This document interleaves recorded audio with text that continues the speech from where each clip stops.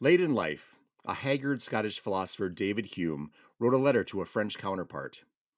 Hume was an avowed enemy of religion, a stalwart proponent of liberty and utility, and an unapologetic advocate for self interest as an operating principle in political systems.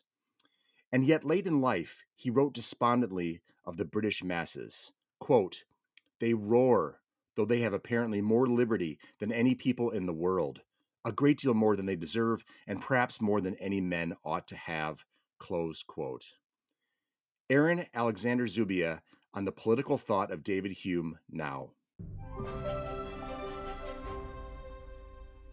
My name is Todd Warner, and this is the Evangelization Culture Podcast from Word on Fire.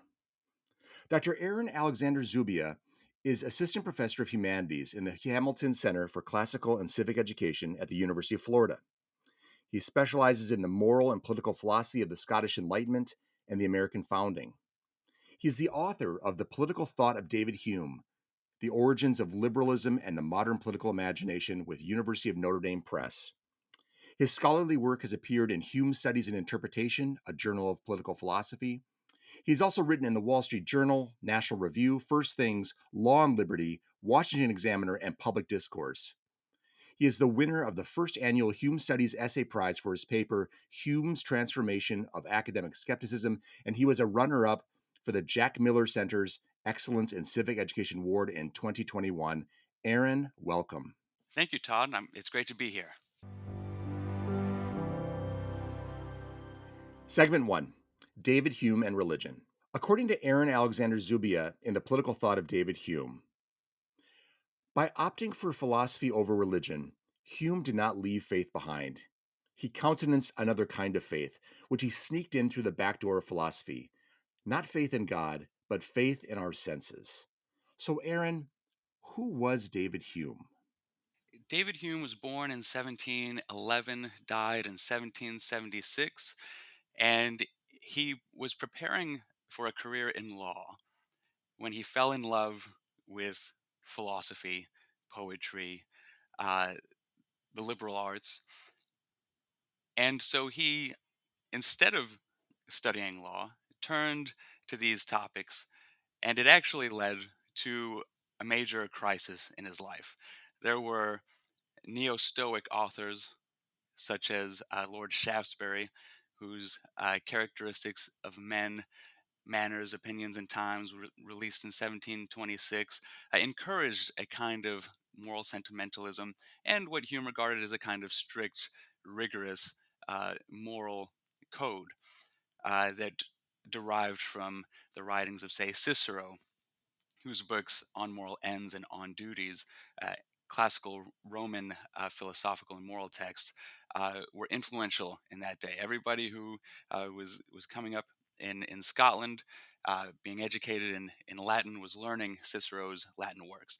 Now, Hume started trying to model these rigorous morals, and he had a a kind of breakdown.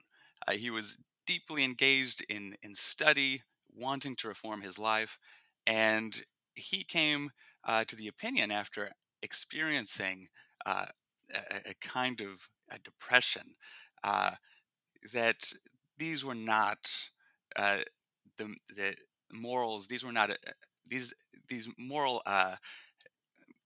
moral rules that he was trying to abide by. They they were not consistent with human nature.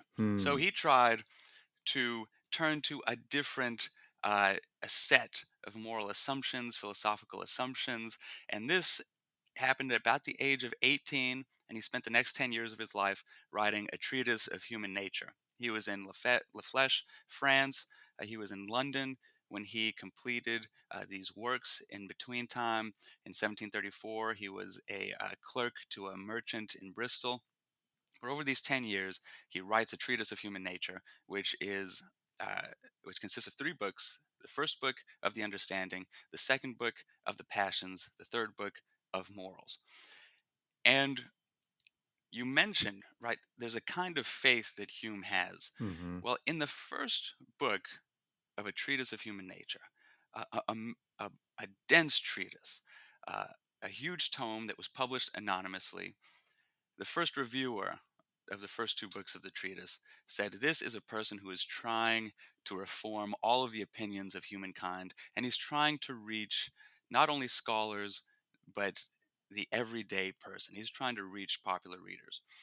And so, right at the outset, it was understood that Hume is doing uh, something that is, in a sense, revolutionary. And in this first book of the treatise of the understanding, Hume is trying to establish a rational justification for our belief in the continued existence in external objects, personal identity. He's trying to say, how can I rationally justify my belief in the self? Hmm. I mean, I Mm. think, I see other things, but when I'm gone, how do I know? I see Todd Warner now, but when I'm gone, how do I know that Todd Warner still exists when I'm not encountering him? And how do I believe, that nature operates by uniform rules? I cannot rationally justify these things. So Hume, once again, and this replicates his prior experience as a young man. He has a philosophical melancholy and delirium. And so, what am I going to do? Who am I? Where am I? I'm paralyzed. I'm amazed by all of these, philosophical conundrums that I've encountered and run into by thinking, alone in my closet. And so he ends up playing a game of backgammon, having dinner with friends, going on walks, uh, encountering nature once again and other human beings once again. And this gives him the grounds, he thinks, to proceed to investigate the human passions, to proceed to investigate uh, morals, virtue, vice. And so, where does his faith lie? It lies not in religion. Someone named Pierre Bayle, a French philosopher in the 18th century, was a huge influence on Hume, someone who Hume turned to when he was having his first crisis of thought. And Bayle also was a radical philosophical questioner who became amazed and paralyzed by the different opinions, different views, both seeming to be right. How can I make a judgment here? And he said, well, revelation, that's what I'm going to have to turn to.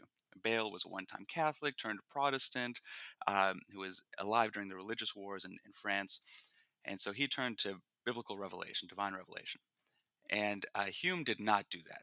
As you said, he was known as a great infidel, and so he looked instead at what are those beliefs, natural beliefs, that I have to depend on. And he said it's custom, it's habit, it's nature that impels me to believe in the existence of myself, in the existence of external objects, their continued existence, and the uniformity of nature. And that is how Hume proceeded. So you ask who Hume is, you ask how and why he was an enemy of religion. We'll get more into that. But as far as the baseline, that's who he was. And we'll talk more about his reputation later. But he becomes a central and controversial Scottish Enlightenment figure. So wonderful unfolding, Aaron, of who he is. Because honestly, and you and I have talked offline about this. My true familiarity with Hume has been minimal before coming across your book.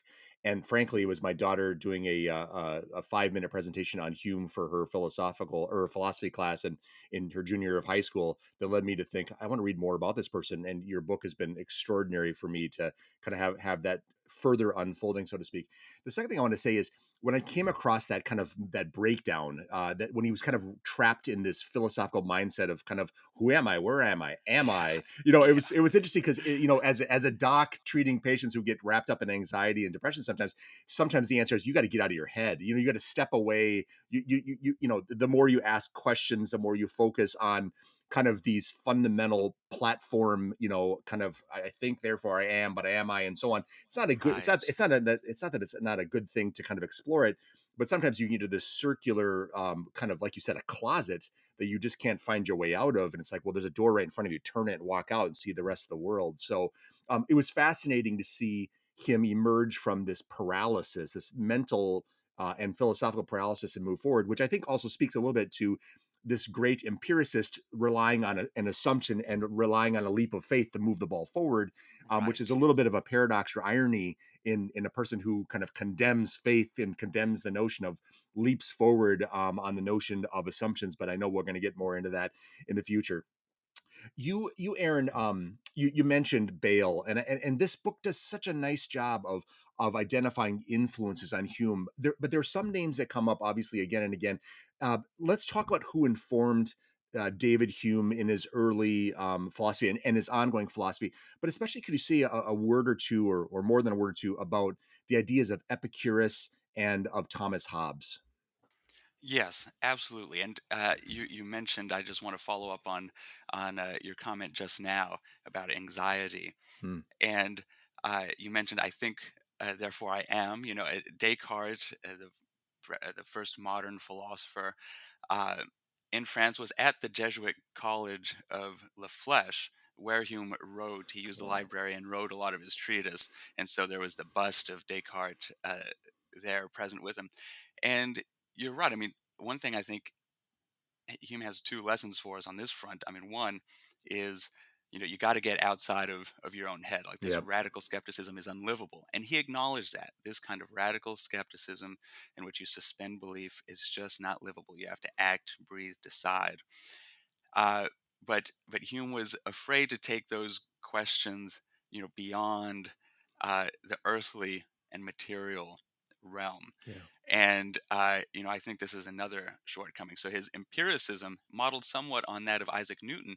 Well, Newton had a lot of theological elements too. I mean, belief in a designer, Hmm. and he was a reader of scripture.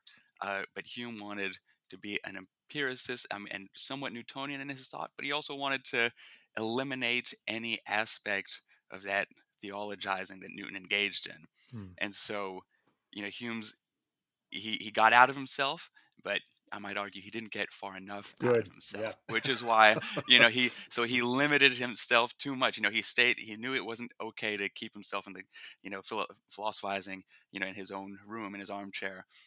He knew he needed to get out into the world, but he was really afraid to investigate, the transcendent. He thought that would just lead to enthusiasm and fanaticism. So we'll get more to that. Now, you Sure. mentioned uh, Epicurus and Thomas Hobbes. So Epicurus, a Hellenistic philosopher. So he's in Athens uh, in the fourth century BC, and he. Strangely, most philosophical schools, you think of Athens, you might think of Socrates, you might think of Plato and his academy, which has started, Aristotle, his Lyceum, uh, the Stoics in their school, uh, on the porch, they would stand out on the porch philosophizing.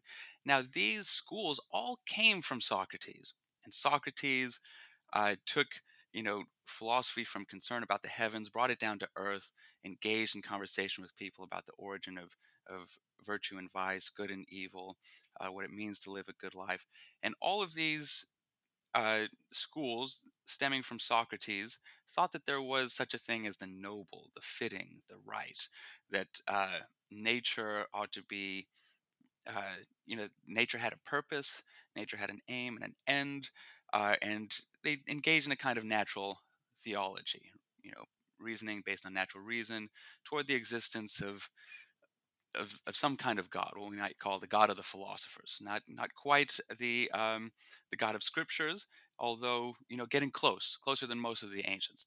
This is why in Saint Vincent in New York, Aristotle is in the stained glass, perhaps. Sure. Uh, Now, Epicurus, he detested Socrates. He thought that Socrates and Plato were speaking nonsense, and he wanted to uh, rid his hearers, his listeners, and himself, rid them of freedom. Excuse me, he rid them of fear of the gods and fear of the afterlife. He thought this causes anxiety. If we think that gods are involved in our world, this causes anxiety. If we think, that there's an afterlife and we might be punished for the evils that we commit there, this causes anxiety. And so Epicurus was focused on this tranquility, the Mm. elimination of anxiety. And so he was regarded as an atheist because he denied the existence of divine providence. He denied that there was an afterlife, and his science. I mean, speaking about faith, his science was preceded by these aims, right? So he engaged in empirical study to show that the gods were not active in the world, to show that that there was no afterlife, that matter is all that exists. And so, years and years and years later, I mean, the rise of Christianity, you have the church fathers, you have the medieval theologians. Epicurus is a great enemy here Hmm. because Epicurus uh, defended a kind of hedonism. He was atheistic in the senses that I just explained, and Cicero opposed him. Everybody in the Socratic schools opposed him.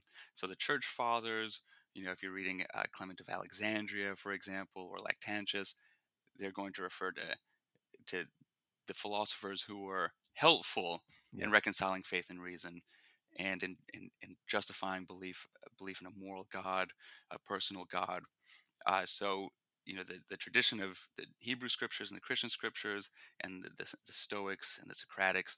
This is the philosophical basis for Christendom, really. Hmm. Hmm. And Hobbes comes in, a 17th century Englishman who is writing in the midst of the Civil War, English Civil Wars, very bloody, resulting in many deaths. You have the execution of King Charles I. You have the rise of Cromwell and the Commonwealth and the Protectorate. So there's a shift from a monarchy to a republican form of government. And during this time, Hobbes is in France. He's in Paris, writing his great philosophical works. And Hobbes was the most controversial writer of the 17th century. There were over 100 books, tracts, pamphlets written countering Hobbes's views, Hmm. and many of those works uh, criticized Hobbes for reviving a kind of Epicureanism, partially because of his focus on.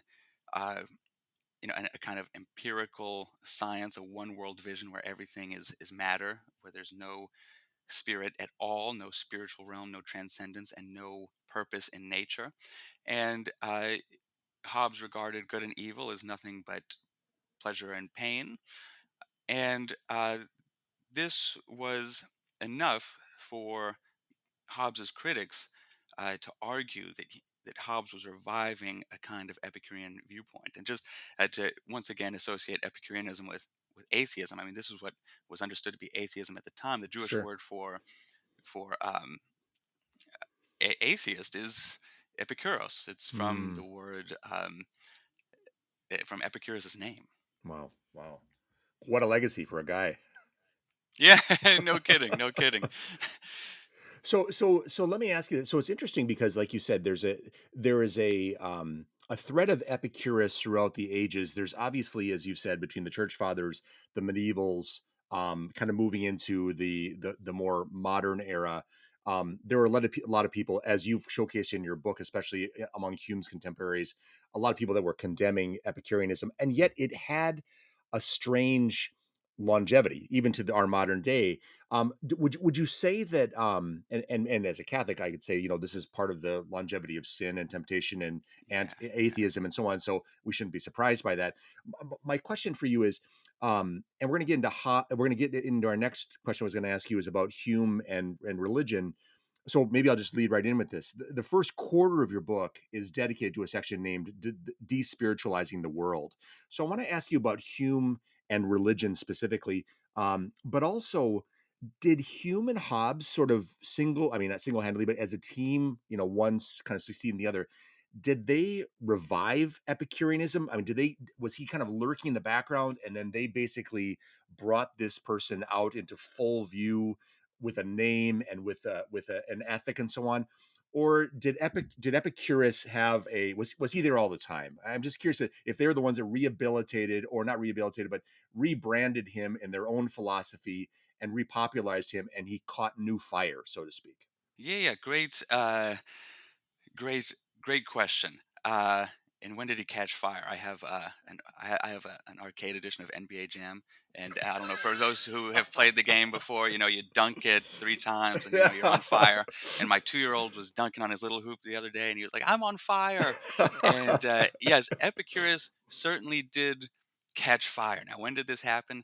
Uh, a poem by Lucretius on the nature of things. Now, Lucretius was a first century AD, excuse me, first century BC Roman poet, and he wrote this teaching poem that was on Epicureanism, a didactic poem, and this was recovered and translated in 15th, 16th century in Italy, and so this is uh, one path like to the revival of Epicureanism. Mm-hmm. Next, you have a French priest, uh, Pierre Gassendi, who was looking for an alternative to Platonism and Aristotelianism, and so he looks to the ancient world for resources.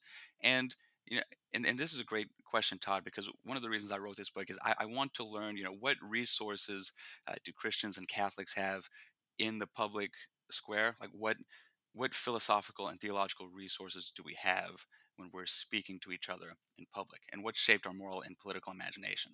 So much of this history that I uncover is looking back to discover resources. So when, in the scholastic era, Aristotle and Thomas, they're St. Thomas Aquinas, they're the top thinkers, and there was a search for an alternative. So around the time of the scientific revolution, there's a turn to atomism. Epicurus is the ancient atomist. He thought that all that existed were atoms in motion.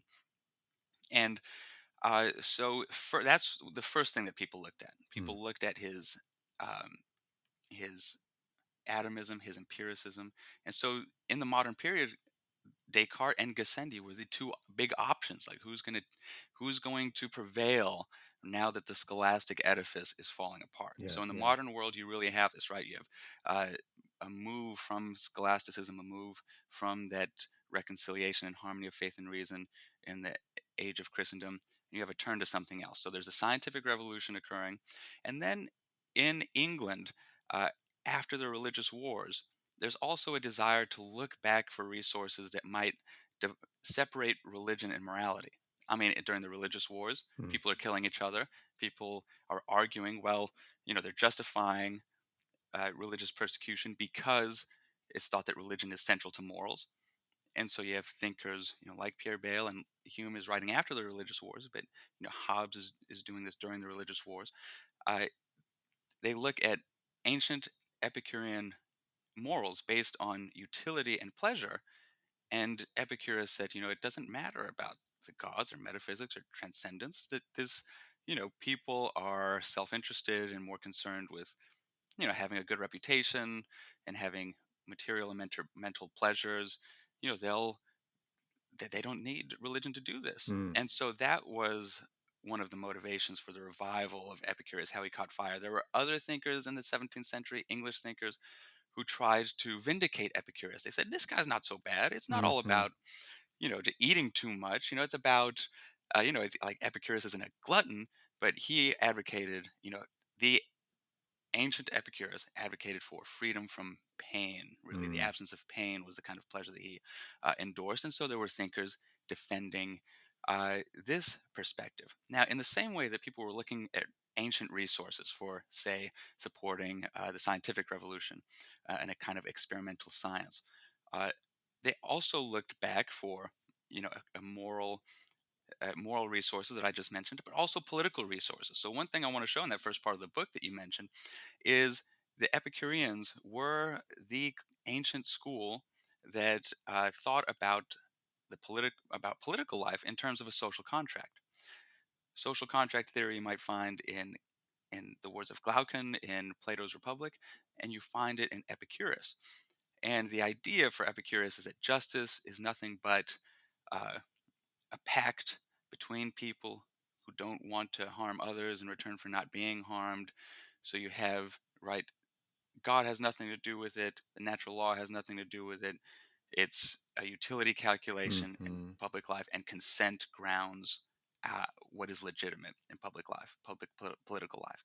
And this is the move, I argue, that is necessary. Right? People look back to Epicurean justice, the idea that consent or agreement or opinion among human beings makes law legitimate and is responsible for the creation of the virtue of justice, the laws of justice. That is the political move that I think is um, not recognized as it ought to be in literature on the subject. So what what thinkers like Hobbes and Hume did is really uh, uh, criticize and uh, try to undercut theological doctrine and despiritualize the world in order that in public life we might not think about the divine and the transcendent at all. And they were doing so for the sake of peace. I mean, Hume and Hobbes were looking at what they called fanaticism, enthusiasm, superstition, and they thought there was an extreme in that direction. So, what are we going to do to create peace? Well, how about this idea of the social contract? And that Epicureanism is one of the resources, one of the main resources for thinking about politics the way that we do. It's so interesting because I think it's very important, and you've helped to outline this in your book about obviously the influential thinkers on the life and the thought of David Hume, but also the influential events. And as you've mentioned, I imagine either being a contemporary to or one or two generations removed from terrible religious wars where people do awful things to each other in the name of religion.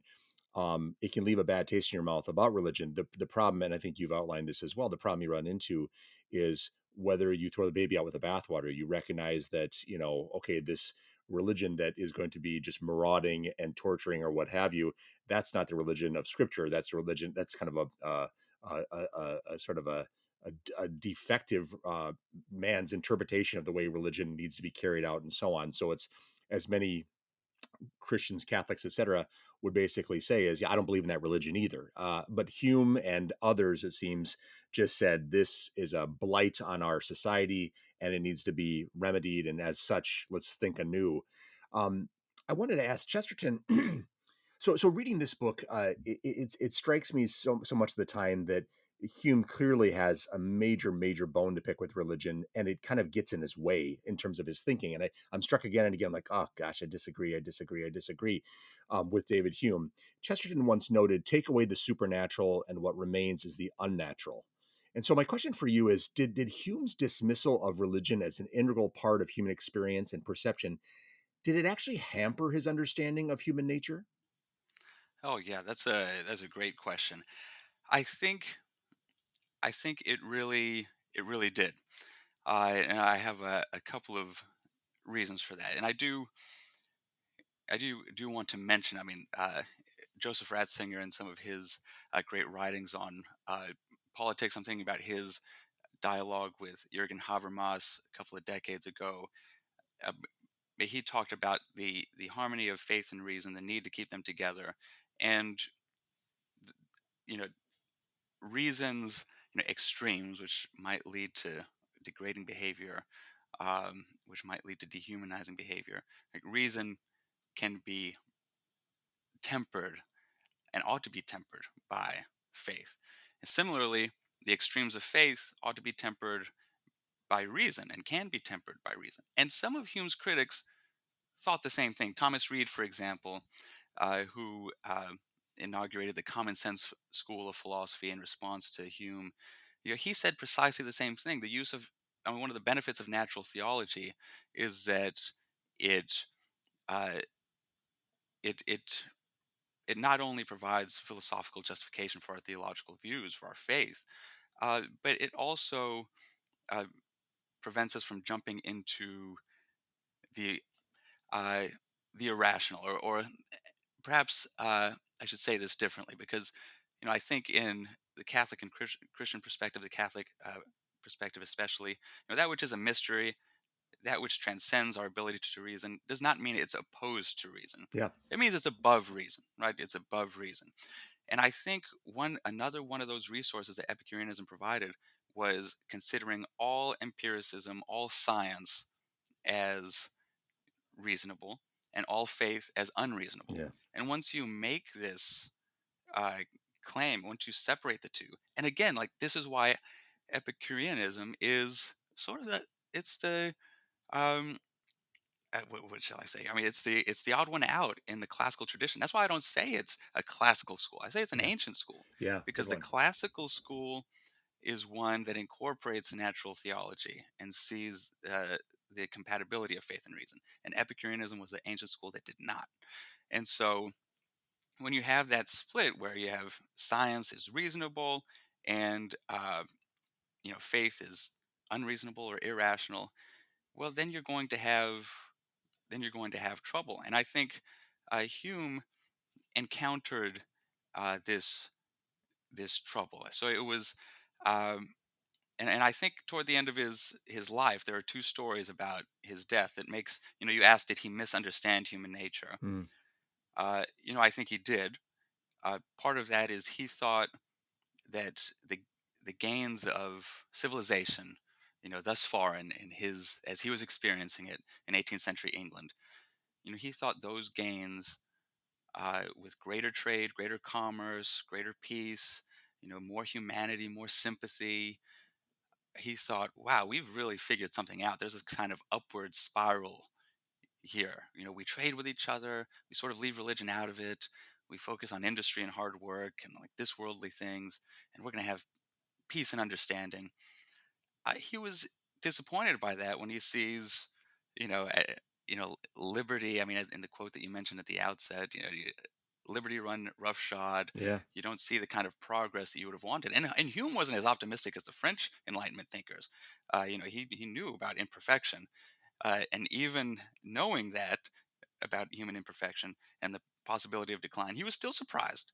He was still surprised, and I think part of that is he underestimated how the classical Christian thought tradition was necessary, like built Yeah. and sustained a lot of the progress uh, that he desired. And so I go in at the end of the book to the stories of Hume's deathbed. Yeah. So, Yeah. I think part of the misunderstanding about human nature, like he didn't understand the need for the compatibility of faith and reason for these, more traditional morals to sustain the very world, the very Yeah. civilization that Yeah. he was trying to support. And then toward the end of his life, right, there were two famous stories about his death. One was that he was tranquil, at ease, and that you could be irreligious and die a peaceful death. I mean, this was a huge controversy Mm. in 18th century Great Britain. It was like, oh my gosh, is it true? Can you be an infidel, a skeptical and irreligious thinker and die peacefully? Well, it seems so due to Hume, but his housekeeper told a different story where Hume was just was shaking, was tremulous, was not wanting to put the candle out at night, was uh, absolutely anxious and fearful about what was to come, and uh, and so I think which of these stories is correct. I think in the history of the interpretation of Hume's thought, life and thought, it's just assumed that the first story is correct. But part of my findings in reading this book is there were a lot of people opposed to Hume from the beginning. I think Hume in many ways has prevailed. We sort of take it for granted, his enlightened perspective, his irreligious perspective. His uh, dialogues concerning natural religion is still read in philosophy courses in universities. I spoke to one colleague of mine who I said, I read that in a university, and I lost my faith. So Yeah. Hume's Hume's critiques of religion are very much alive and is sort of taken for granted. Like this was a historical necessity. It was a historical necessity that we got more enlightened. The world was disenchanted or despiritualized. I prefer the word despiritualized because it captures the sort of the role of the will. Right there was an ancient school of thought, there was a moral willfulness to find an alternative to a classical Christian tradition. And so it's not a historical necessity. And it's not even, I mean, with Hume's life, there's still that element of faith, right? Are we going to, which story was Yeah. right? Yeah. Is one last thing in this segment. This is fascinating. First of all, one of the things I want to say is it's so interesting the notion, like you said, faith and reason they temper each other, and one's got to be careful not to become fundamentalist one way or fundamentalist the other. The second thing is, and again, a lot of this my medical practice has taught me a lot over the years. There's an incredible amount of things that we have done every single day that are not rooted in a randomized, double-blind, placebo-controlled trial with hard endpoints. I mean, we make a lot of decisions, in clinic on observational trials or or less than optimized trials because that's what's worked in the past, and oftentimes we're right. But also the thousands of decisions we make every day, whether we stop at this stop sign and or whether we can proceed without getting T-boned by somebody else, we make an incredible amount of faith oriented, not necessarily always religious faith oriented, but faith oriented decisions. We step into the notion that there's mystery, that there's uncertainty, et cetera, every single day, and we navigate our way through it. And so sometimes this extreme exuberance for the scientific method or for empirical fact or evidence based, what I want to say is that sounds great on paper. It's not the way you live your life. And I'm not saying that there isn't a role for the scientific method. There definitely is, especially in my practice of medicine and so on. And we use it as often as frequently as we can. But I just think sometimes the fundamentalists on the notion of, again, I live my life by science, I live my life by evidence, I live my life by empiric fact, where I'm like, get up this morning and go to bed tonight and tell me how that all truly worked out for you, because there's such a reliance on that which transcends the evidence. And I think when someone actually analyzes human experience, that's what they ultimately come down to. I want to say this though, leading to one last question in this segment. So, I think it was in an inquiry concerning human understanding, Hume introduced what would be forever known as Hume's fork. Yes. And he wrote this quote: "If we take in our hand any volume of divinity or school metaphysics, for instance, let us ask, does it contain any abstract reasoning concerning quantity or number? No. Does it contain any experimental reasoning concerning matters of fact and existence? No. Commit it then to the flames, for it can contain nothing but sophistry and illusion." Close quote. And this is kind of rounding out our late conversation here, Aaron. Don't many of Hume's assumptions fail his own test? Like his theories regarding the transition from the savage state to the civilized state, or his sense of the sentiment of humanity, this kind of nebulous kind of goodwill notion that is not necessarily empirically based. It's something that's based on perception and assumption and so on. Do his assumptions fail his own test? Great question. And you've mentioned Chesterton in his book Orthodoxy. I think he does this in a way. I mean, he uses Hume against Hume when doing precisely what you have outlined, showing that faith is a necessary preliminary. That there are some sort of assumptions that we make Yep. that are not subject to empirical verification. And so Hume, I mean, I mentioned this in the conclusion.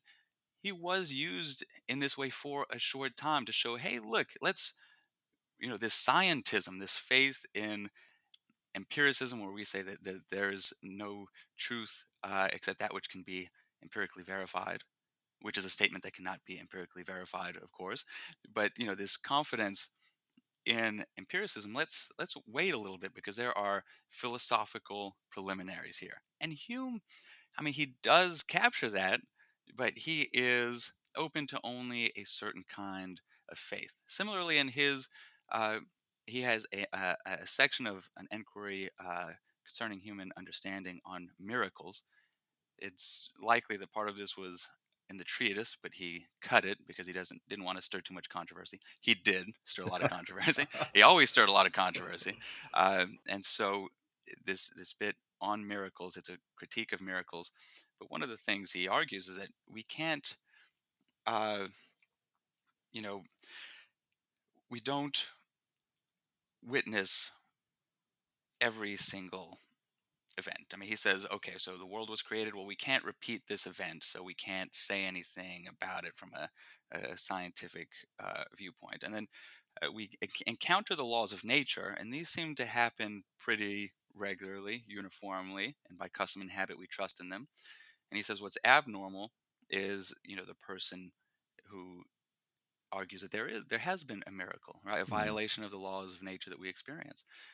And he said, what we do know is that human beings lie. Like that's a constant, right? Like human beings are likely to get enthusiastic and just like overexcited and encounter something and misrepresent it or lie.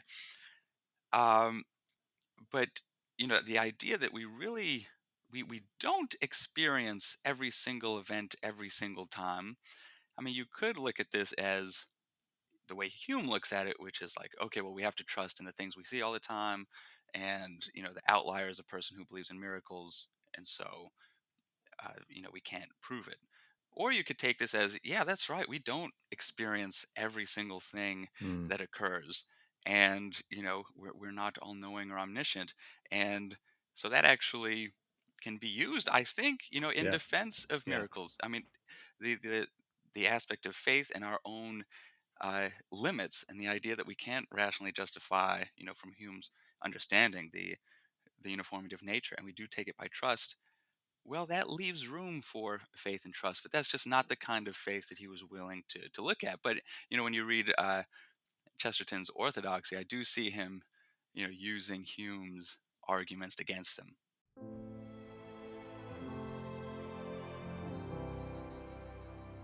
Segment 2: Utility and self interest as the foundation of society. According to Hume scholar Norman Kemp Smith, one of the central themes of David Hume's A Treatise of Human Nature was to prove that, quote, the determining influence in human, as in other forms of animal life, is feeling, not reason, close quote. So, Aaron, eminent thinker Jacques Barzin once corrected someone who referred to rational man by saying, no, capable of reason.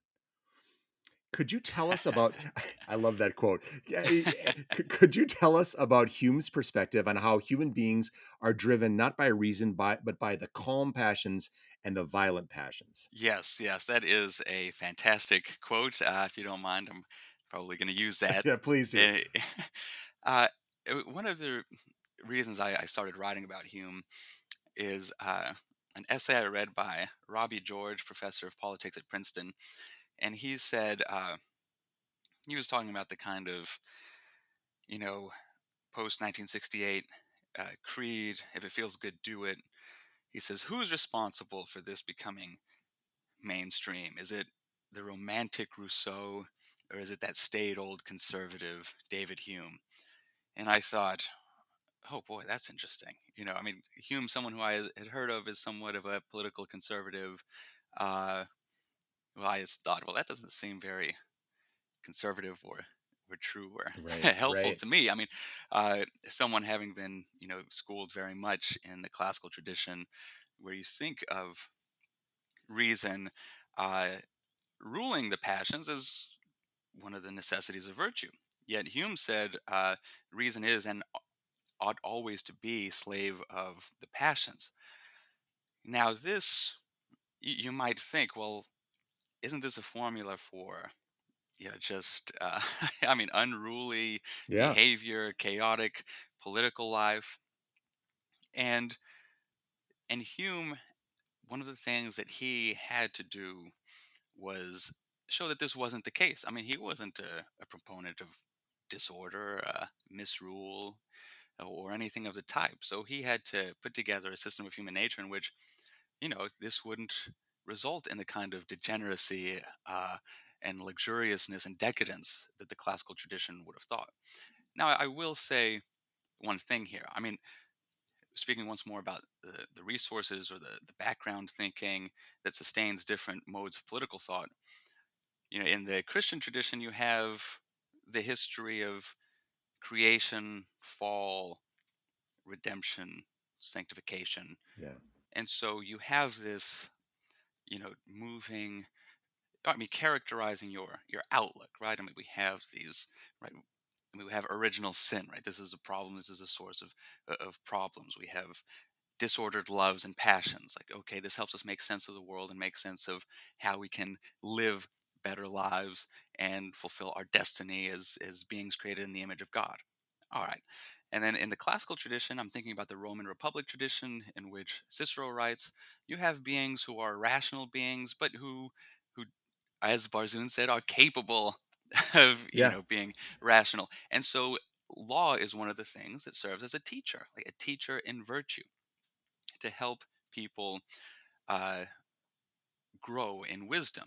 And Hume tosses out both of these ways of viewing human nature and the purpose of law, right? So uh, he no longer has these philosophical resources. So what is he going to do about it?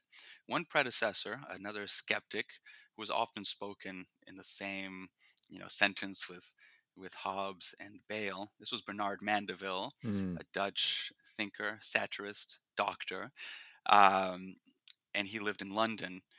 And he argued that these neo-Stoic morals, that are that promote humility and self-control. These were just created by uh, lawmakers who wanted to control the populace. It's like there's no such thing as like justice in and of itself. You know, our moral creed is really conventional, and it's created by self-interested lawmakers. Mm, And so this was part of the skeptical line of thought that was compared to Hobbes's view that everything is just contractual. Everything is all moral thought is just conventional based on our agreement.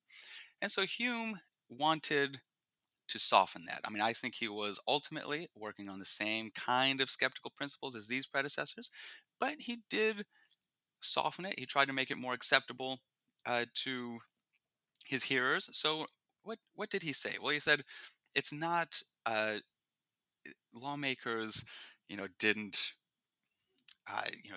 just invent these things. Uh, there's actually there is a basis in human nature for the our economic and political order, and he roots it in the idea that individuals, right, in more savage or barbarous times, wanted to they wanted to procure what it is that they desired, but there are limited goods out there, and so this is going to cause conflict. So he says the kind of harsh state of nature that Hobbes talks about, that didn't really exist, but we did have this sort of evolutionary, period of human growth. And there was a more disordered time in which people wanted what they wanted. They were driven by their own passions. And then they found that when they went after what they wanted, it just caused chaos and conflict.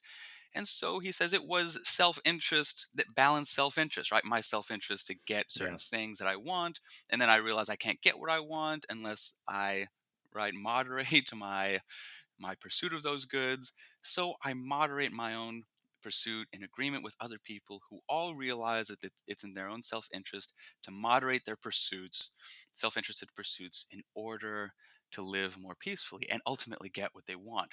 And Hmm. so this is the historical narrative that Hume, a kind of theoretical narrative that Hume has for how passion actually serves, and we might even say interest, right? Like economic interest, my interest in Yeah. getting what I want, that rather than reason tempers or controls passion. And so Hume thinks that this is how the laws of justice are created, and then it's realized that in large societies, okay, well, we need government, we need law to enforce uh, justice. And then once we enjoy these goods, then we develop a sympathy for the public interest, he says. Mm, And this is what really is a kind of the sentiment of humanity. Like, yeah. okay, we start moving into the cities, and he's very much like a centralizer, a kind of urbane thinker, right?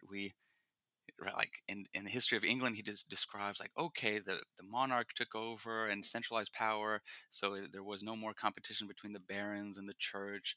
And then all of a sudden, people moved into the cities, and then they conversed with one another, and then they started to experience this growth in knowledge and humanity. And wow, look at this! So Hume is very much a cosmopolitan, very much someone who looks at urban life as it was developing, and there was great progress there in 18th century Scotland. From the early days of the 18th century when people were still throwing their waste out the window, and Scotland was a stinky place. I Yeah. mean, Yeah. like that is not like we can acknowledge that. Yep. Yep. There have been benefits to increased commerce, learning about agriculture and about trade, and cooperating and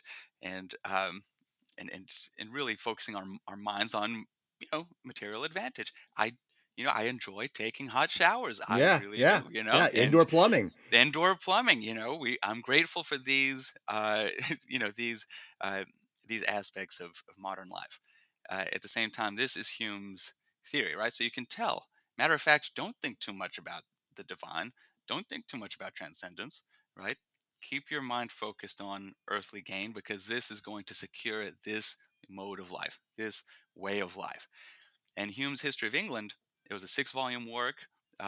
It's mentioned in one of Jane Austen's works. I think it's Northanger Abbey. Like, oh, I was Mm, reading Hume's history. Like, this was one of the standard histories of the time. Uh, but his history ends in 1688, and so that you can sort of tell Hume's idea of history and progress. It's Yeah. okay, you have barbarous ages, savage ages, and he thinks about, like, the medieval age, the feudal age is barbaric, something we need to get past. And like, oh, we've gotten past it. Now let's preserve our gains. And you can Yeah. tell in that quote that you mentioned at the beginning, it's like, oh, not too much progress, but Yeah. Yeah. only up to here. But that's it. That's the foundation, like the moral and political foundation that he's operating on. And you can tell that it's different from the moral and political views of the classical thinkers and the Christian thinkers. It's funny you mentioned that because we'll talk about this a little bit later, but there is this revolutionary cut at root and branch of the religious mores and these constraints that are baked into our society. Let's get rid of those. There's that revolutionary side of Hume. And then there's that, well, once we kind of got to there, let's just keep it that way. Let's ossify it. Let's freeze it. So he moves into this, like you said, kind of this, it seems like he was revolutionary at one point, then he was sort of conservative. Let's kind of freeze this. And obviously he sees some of the blowback from those kind of ideas. What's interesting to me is so you're seeing somebody who basically, along with Mandeville and Bale and Hobbes and others, is basically saying, here are all the downsides to religion. Here's where it's ridiculous. Consign it to the flames. You can't prove it. It's all about people using it for power, et cetera, et cetera. So there's no virtue to it whatsoever. And so let's just get rid of that. And then, by the way, we're going to have a leap of faith that if we operate our society based on utility and self-interest, it'll all work out just fine, you guys. It'll all work out just fine. Because again, we like you said, and you and I are saying there have been a number of advances. There are some virtues that even the founding fathers borrowed from Hume to put in for appetites countering Right, appetites and so on right, and so forth. But there is a leap of faith on the notion that for Hume, once you get rid of these dastardly priests and clerics and bishops and all their ideas and so on, and we just operate with self-interest, everybody's going to cooperate. And even those big powers that want to roll over the little guy, they're going to stop because they're going to recognize that utility only goes so far because we have a sympathy for the public interest, this sentiment of morals that right, concurs. right. So it's just a very interesting that, again, a person who based himself on kind of these empiric notions and got rid of everything he thought was supernatural, superstitious, fanatical, enthusiastic, etc., ultimately placed a profound amount of faith in the notion that things will just kind of work out. And so my question for Yeah, yeah. my question for you is, what can go wrong with a society driven solely by self-interest, utility, and contract? I mean, could you just say a thing or two about that? Yeah, yeah, absolutely. I mean, one of the reasons I wrote the book the way I did, I remember walking at Columbia University in the city of New York, where I went to graduate school. I'm walking up toward Low Library there with a colleague of mine, and I was talking about late 20th century liberal political thought, which is epitomized in the writings of John Rawls. And I said, John Rawls presents this view of a kind of impartial uh, understanding of political life, where religious speech or speech about natural law isn't incorporated. But he says, this the way we view uh, society as a contract, kind of this liberal view of justice and society, is not based on any controversial, comprehensive doctrine. What he meant is it's not based on any philosophy. Like anybody can abide by it, adhere to it, speak in its terms. And so this is, the kind of Rawlsian view of an impartial public square that is not based on any controversial view. And I said that just doesn't seem to be the case. And then he presented the opposing perspective, and I just thought, no, there's more here. Matter of fact, it's not only a controversial view, but a faith-based view that I think a lot of Enlightenment liberalism is based on, and that contemporary political liberalism, builds on. And so I did find in Hume, right, all of these faith-based elements, and not only in the epistemology, the theory of learning that we mentioned, in the previous segment, but also in politics, a kind of counterintuitive faith-based view of how society operates and political society will progress. And I in reading about Hume, I just discovered, gosh, there's a lot of philosophy that went into making our political square non-philosophical, right? I mean, Wow. to Yeah. think that we have a non-philosophical politics geez, a lot of Yeah, yeah, philosophy went into it. And so, right, what does that lead to? I think you really sap those resources that are essential for creating a culture of life, a culture that truly respects human dignity, and for one that can impede a kind of decadence, a kind of moral weakness, a kind of malaise, a kind of restlessness, a kind of lack of purpose and meaning. And these are all the things that we're experiencing now. I mean, we yeah. see it with, um, these, especially, I mean, after COVID, the amount of social isolation, uh, deaths of despair, declining marriage rates. There's so much restlessness and lack of purpose. I mean, you can you just you read about it, you sense it, depression and anxiety among the youth. Mm, I know mm, there are reasons for this. Social media usage, social media usage. This has contributed undoubtedly, but I think precisely. Hume's view, which he embodies, a kind of progress, but not so fast. yeah. You've seen that among some thinkers, and I'm really grateful for these thinkers who have seen the extremes to which we've gone in the public square, in our universities, in corporations and media, where you have this extreme radicalism, critical theory taken to the extreme, and really a dehumanizing view that limits us to you know power-seeking individuals that are defined by nothing but our group identity. Yeah. Uh, and so it is a depressing view, right? But uh, there are some people who perhaps were on the left who see this, who say, "Whoa, whoa, whoa, we got to slow down here," right? Like, "Oh, this is too far," Hmm. and I'm happy to see this. But what's going to be that positive view that enables us to enrich our public discourse Yeah. and really discuss with one another what is noble, what is good, all these things that what is beautiful, all these things that St. Paul said we should keep on our minds constantly. Yeah. And then so John Brown, critic of Hume in the 18th century, said, for St. Paul, godliness was gain. For David Hume, gain is godliness. Right? But when It's like we're, Wall Street. It's like the movie Wall Street. Greed is good, you yeah, know. that's Yeah, right. yeah, Greed yeah. is good. Yeah, yeah. This so I mean, if really, if your language is limited to I mean, greed, but not so much, right? Or Yeah, yeah, like yeah. desire for gain, but not so much. Ambition, but not so much. Uh, and Epicurus said, I spit on the good. He said, I spit on the good, Mm, on mm, the mm, noble, mm. on the beautiful, as he was reducing everything to pleasure and utility. So, what resources are we going to turn to? And I really do think we need to turn to some of the classical and Christian resources because you have, the idea of fitness with human nature, something that is right in and of itself. Cicero said in Book 3 of his book uh, on duties, you know, not everything that is useful is noble, but everything Mm. that is noble is useful. So, there's nothing inherently wrong with what is useful or pleasant. But the idea is, and this is the idea that Hume ignores, is that it is really that which is noble that orders that's that directs us to true usefulness and true pleasure. And that is what we are, right, when we're arguing in the public, aren't we always trying to debate, what is the truth of the matter? I mean, when Yeah. I'm in the classroom and I'm teaching and we're having debates and I say, if you really think, if you have this relativistic view of truth or morality, then what are we doing here? Yeah. What are we doing here? Because it's not the case. I mean, in my class on the American political tradition, I hear, well, our founding fathers said, do what you want to do and think what you want to think.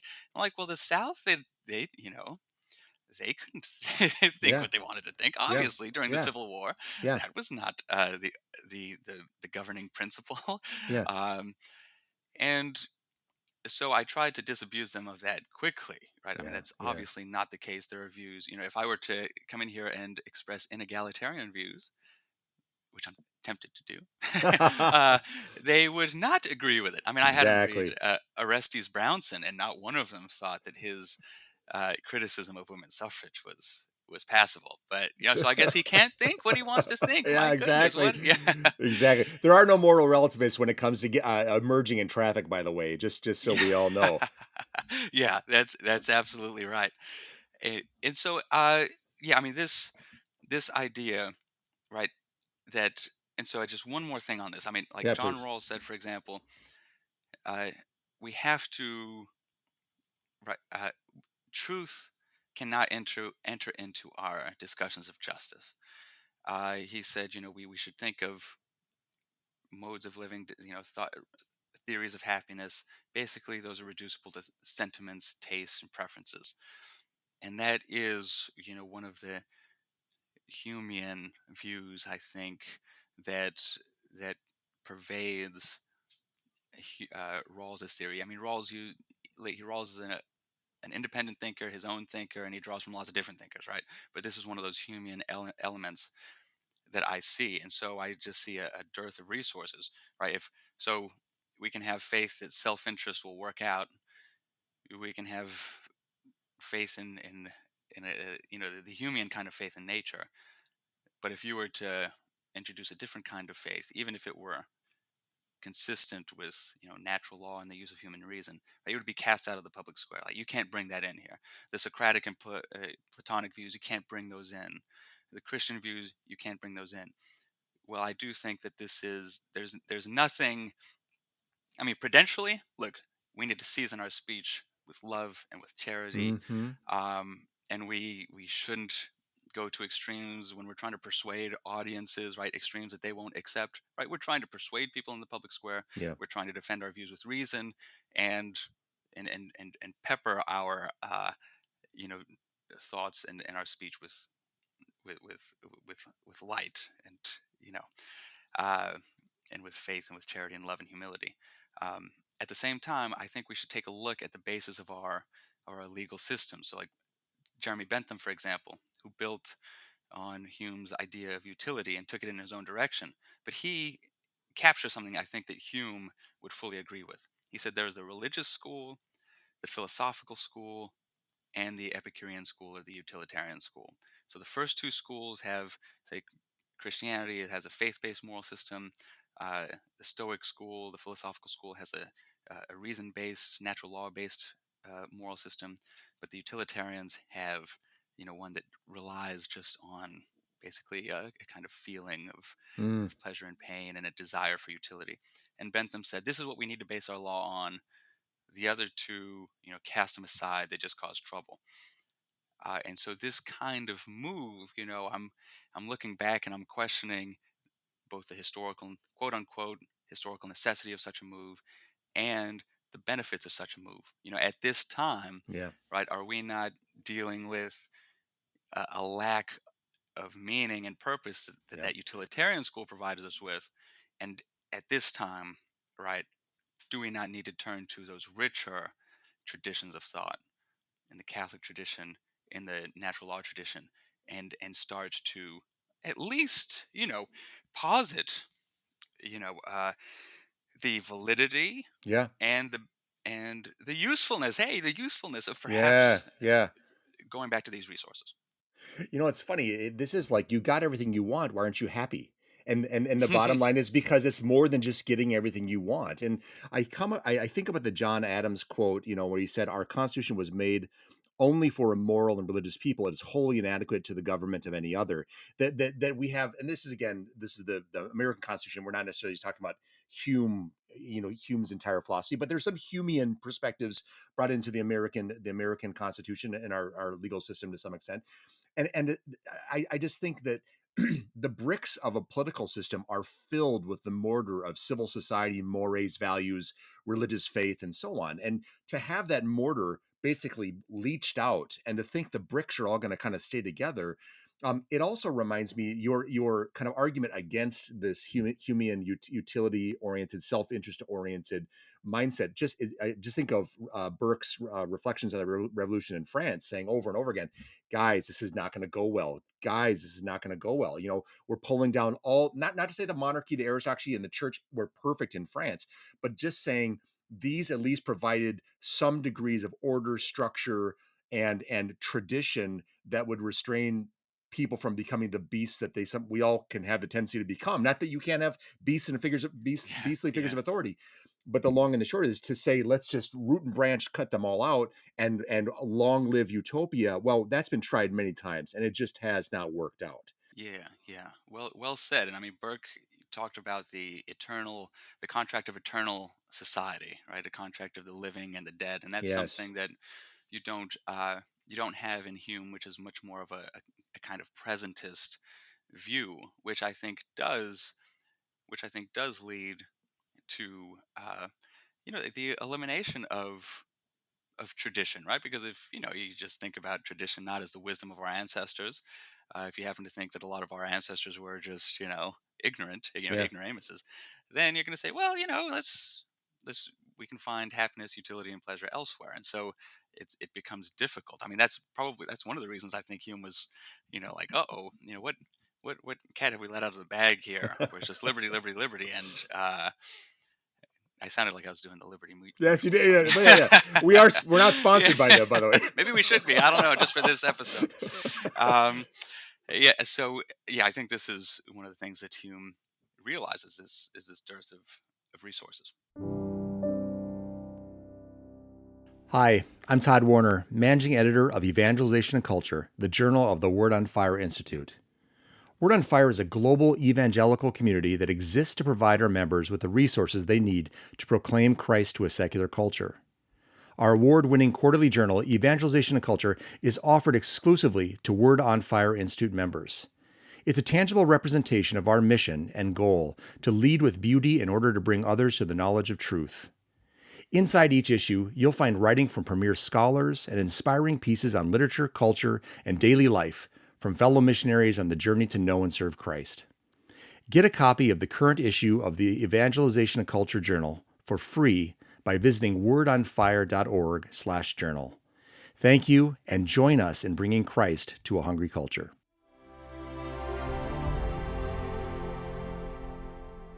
Segment 3, From Savage to Civilization. David Hume, writes Aaron Alexander Zubia, acknowledged that benevolence is a virtue, but he thought its effect was weak. Natural benevolence does little, if anything, to fit us for large society outside of familial or tribal units. Selfishness and artifice are needed to fit us for large, lasting societies, and this means that Hume's political system requires no pre political moral rectitude.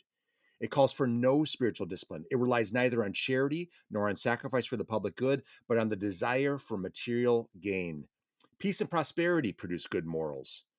Hume foregrounds the institutions of property, markets, and money as the best means to develop and safeguard moral improvement. And yet, and this is my aside, 200 years later, in the wake of the Second World War, George Steiner shuddered at the revelation of advanced society creating ghoulish concentration camps, saying, quote, "We now know that a man can read Goethe or Rilke in the evening, that he can play Bach and Schubert, and go to his day's work at Auschwitz in the morning," close quote. So, Aaron, how would David Hume respond to George Steiner's dark assertion? Yeah, that certainly is a dark assertion, and I recall speaking with a Hume scholar and friend about this passage in Hume's essay of refinement in the arts. And here, Hume says there's an indissoluble chain connecting the more luxurious ages, the modern, more luxurious ages, with industry, knowledge, and humanity. And this is a really optimistic vision. And this Hume scholar and friend of mine said, it's tough to defend that, after World War II, after the Yeah, 20th century, and even Hume, who, I mean, again, was not the most optimistic guy about the progress of society, but yeah, was optimistic enough to write that quote that I just cited. He was just wrong about that, right? I yeah. mean, there was something more that was needed, and so in regard to that first quote that you read from my book, the the worldviews that Hume was arguing against thought about or posited that human beings were social animals, political animals, um, from the Christian perspective, created in the image of God, And so there is a divine law, there is a natural law, and there is a kind of natural sociability. I mean, we belong uh, in groups, and we are law-making beings who know how to abide by law, right? We have a natural law within us pushing us toward that which is good and away from that which is evil. And we can see certain natural institutions, for example, the Hmm. family, the church, and the state. These institutions that allow for kind of human flourishing. Uh, and Hume, he did provide a more strictly economic vision. Hmm.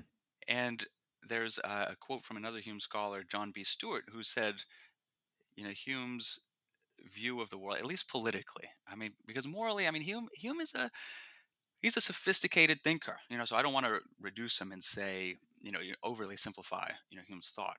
I mean, he knew that anger and love and jealousy, he knew that these were involved in human relations. I mean, he said that solitude is something that human beings would want to escape. Pure solitude is an existence that nobody would want, that we would want to escape.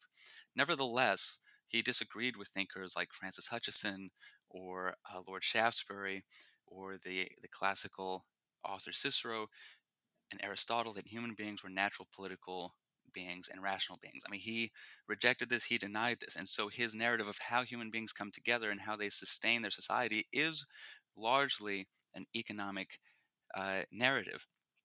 But what happens when you lose, right, that idea that human beings uh, are motivated and driven by love and do form these deep connections with one another, first and foremost in the family, right? Then, if the family is not only about you know, not only about procreation. It is certainly the key and primary institution for delivering, the health, education, and welfare of children. Hmm. But also, if you look at, the theological perspective, I mean, the Catholic perspective is something that is a sacrament that reflects the love of God for man, the love of Christ for His church, the relationship of God and Israel as something that is a permanent, union.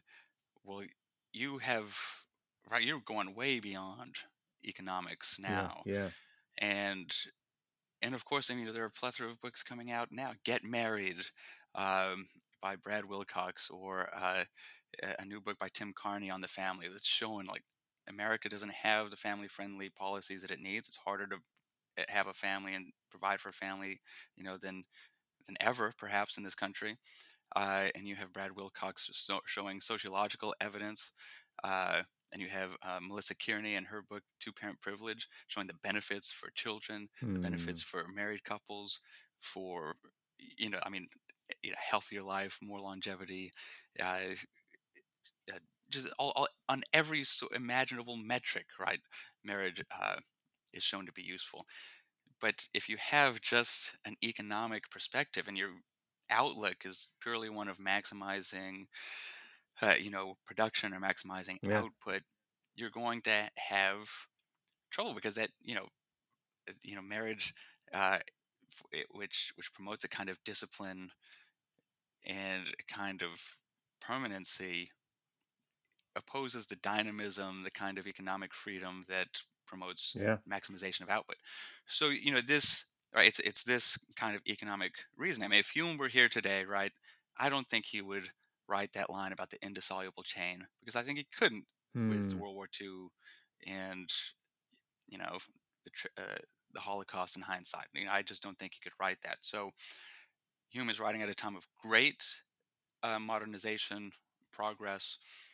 Uh, but left now with his sort of strictly economic vision, I think it just our arguments tend to fail in the public square because we can't rely on anything richer than a kind of vision of Homo economicus, Yeah. um, as opposed to man, the religious animal that needs uh, that enchantment, that spiritualization, that connection with the divine.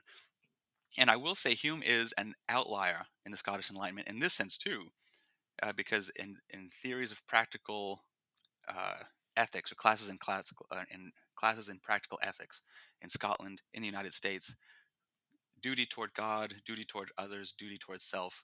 These were the primary duties that were advocated for students, trying to answer this question, how shall I live? This question that Hume was concerned with. What is virtue? What is our duty?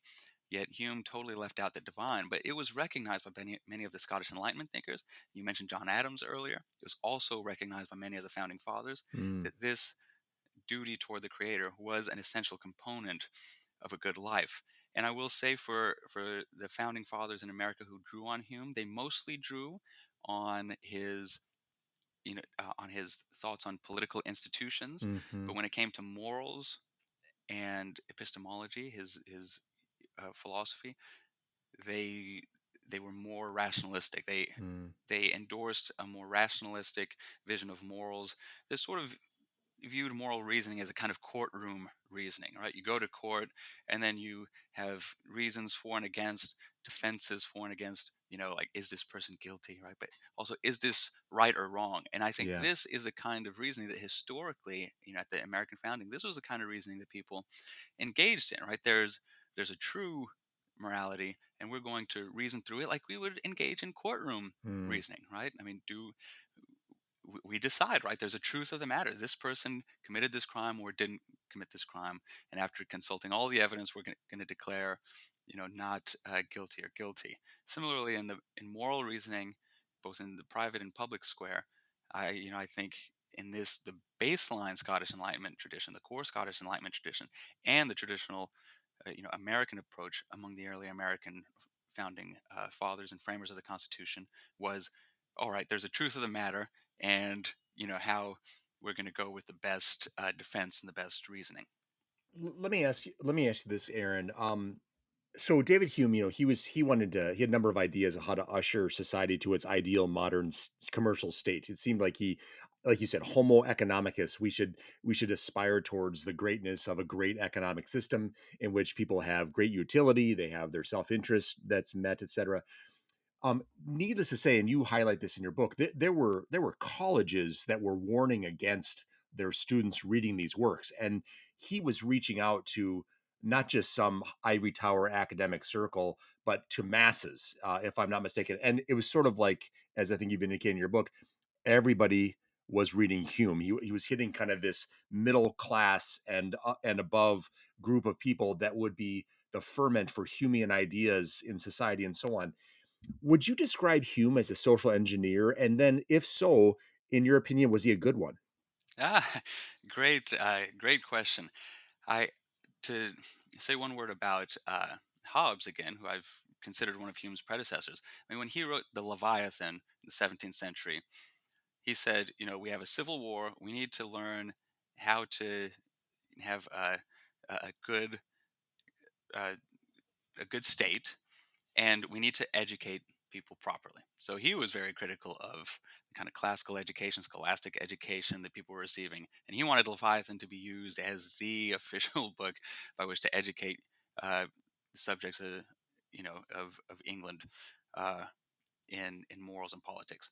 And so, fast forward a number of years to Hume, he, even in his treatise, the first one of the early reviewers said this person's trying to reach out to as many people as possible. And so you have Hume writing to the public and trying to convince them of his outlook on morals and politics and the aims of political life. So that's exactly right that someone like Abigail Adams, John Adams' wife, wrote a letter to him saying, people like Hume and Mandeville, these irreligious, skeptical thinkers, we shouldn't have our kids reading them. They're not Mhm. equipped to handle these skeptical, irreligious thinkers. And John Witherspoon, teaching at the College of New Jersey, teaching James Madison and some other signers of the Constitution.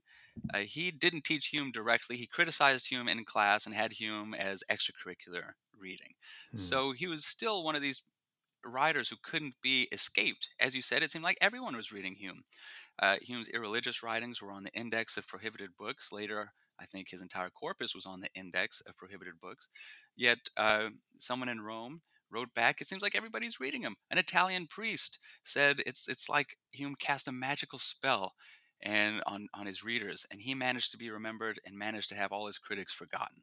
So like in Italy and in Hungary and in Russia and all across the continent, in Western Europe and in England and in America, Hume was being read.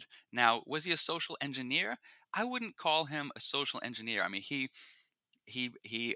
wrote against those quote unquote projectors who would try to make society model a particular rationalist vision of life. At the same time, though, Hume was cognizant that if you're going to promote some kind of political, moral, and cultural change, you're going to have to change the ideas. And so that's what I'm emphasizing in this book, is that there are ideas that accompany a particular order, in our case, a liberal order, and we should be attentive to that fact, as Hume was attentive to that fact. Aaron, one scholar asserted this quote, Hume recommended institutional controls as a replacement for philosophical or religious controls on the passions. Christian and classical philosophical strategies to govern the passions only serve to heighten an individual's anxiety regarding the rightness or wrongness of his actions. Institutional controls, on the other hand, enabled individuals to pursue happiness however they saw fit, without the pressures that come from trying to live up to some high flying standard of virtue. And he supposed that this freedom to pursue happiness in one's own way would produce some level of zeal in defense of law and government, which secures public order and thereby making this individual's freedom possible. Close quote.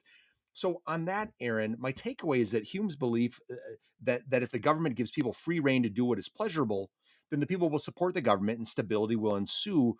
But my question, and this kind of surrounds the entirety of our conversation, isn't this a recipe for decadence? And didn't this devolve to people demanding increasingly unreasonable freedom? Remember our first quote. And and and I guess, is there a legacy that we're seeing of that type of decadent demand, and then a decadent, a certain fulfillment by the government to make people happy? Are we seeing a legacy of that right now in our modern government? I was talking to a family member who who was at a dinner with someone who had had dinner with Hunter Biden, and uh, and you know, references to the big guy, were there all the time. I'm just saying, like, I'm just saying that okay, so my father has tremendous faith in authority. Like, I come from a Hispanic community, and right, like when I went to university, I wouldn't have imagined. I mean, I thought these people are experts. My professors are Mm, experts. yeah, yeah, They're respectable figures, and they should be listened to, right? And I was taught, okay, political figures, they um, they also bear respect. They act honorably. They're public servants. And I remember my father basically, admitting, based on this conversation, like hearing what some of our, political leaders were up to, sort of the corruption ingrained in the system, and just sort of losing faith in our political leaders. And I think, in contemporary America, we've lost faith in a lot of our university leaders. I mean, there's been the big, I mean, since October yeah. 7th, you've had, people realizing, okay, what's going on at Harvard and some of these other elite institutions. By the way, if you're disenchanted with elite institutions and you want, a classical liberal arts education, uh, come to the University of Florida, to the Hamilton Center, where we have zeal for truth and want to teach our students how to think well and robustly, and how to defend their views civilly, uh, yet also reasonably and passionately. Right? I mean, we want to instill in our students a love of and a zeal for the truth. Now, so there's a lot of loss of faith out there in university professors and administrators and political leaders. I mean, during the COVID uh, lockdowns, when parents were listening to what their students were being taught, in K through 12 education, oh my gosh, they thought, what Yeah. in the world is going on? And so there's a tremendous loss of faith and trust. And I think this, right? I mean, all of this is in part the product of bad thinking. And I mean, we Hmm. and bad ideas just being having deep roots too. I mean, centuries long roots. So I mean, bad thinking has centuries long roots. It's going to take a long time to reform it, but you have to start sometime. And I think uh, we're starting now. Now, I think, uh, Hume's ideas, I, I tell this story about how, Christians and Catholics sort of lost a hold on public institutions, on schooling. And saying all this, I mean, Scotland at the time is Presbyterian. Yeah. There, there's a lot of anti-Catholic sentiment. A lot of it, Hume. There's a lot of anti-Catholic writing in Hume. But even still, you had the Presbyterians wanting to have a public square where the promotion of virtue and the promotion of religion, had a place. A toleration, of Catholics and others, uh, wavered, certainly. Now, one thing that occurred in the Scottish Enlightenment, and I think that contemporary Catholics should take this into account, is the great hypocrisy that occurred in the 17th and 18th century, where people weren't living out their faith. So Pierre Bayle, one of his major contributions to the modern political imagination, was arguing that a society of virtuous atheists was possible. Says, oh, well, look at these Christians with their ideas and their views, and they're not living them out. Matter of fact, I see a lot of vice lived among Christians, Hmm. and I see I see peaceful living and moderation and temperance and courage among atheists. And so that leads to people like Hume saying, well, like, you know, religious views, views about the world don't really matter, which is yet another paradox in Hume's thought, because he's out there spreading his views, thinking that ideas matter, or else why would he be Hmm. writing, especially to middling ranks?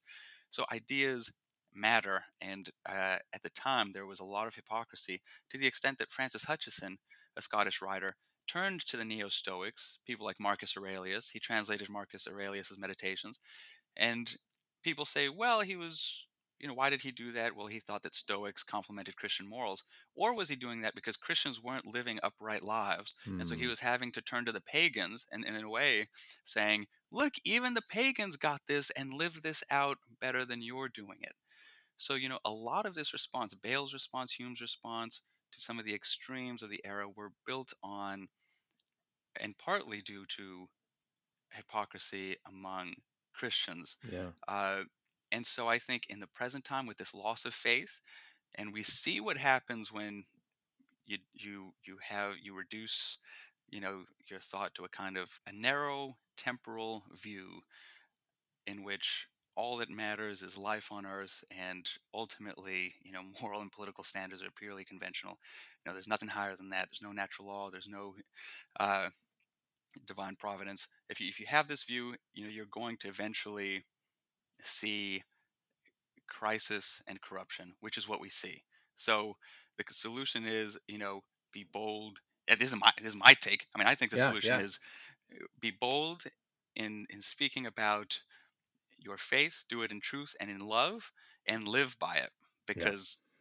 Because if not, you're gonna see see yourself falling into the same sort of traps that were set before. And when you have a testimony that, a body of work in your life that doesn't resemble the doctrines that you espouse, then you're never going to convince anybody that there is a better way, a truer way, that there was someone who is the way, the truth, and the life, the Hmm. logos, who is uh, God and man, and and the exemplar of of good human life and communion with God, right? I mean, if we're going to go and testify to the truth of that and hope to enrich our societies and our communities, we've got to speak it and we've got to live by it.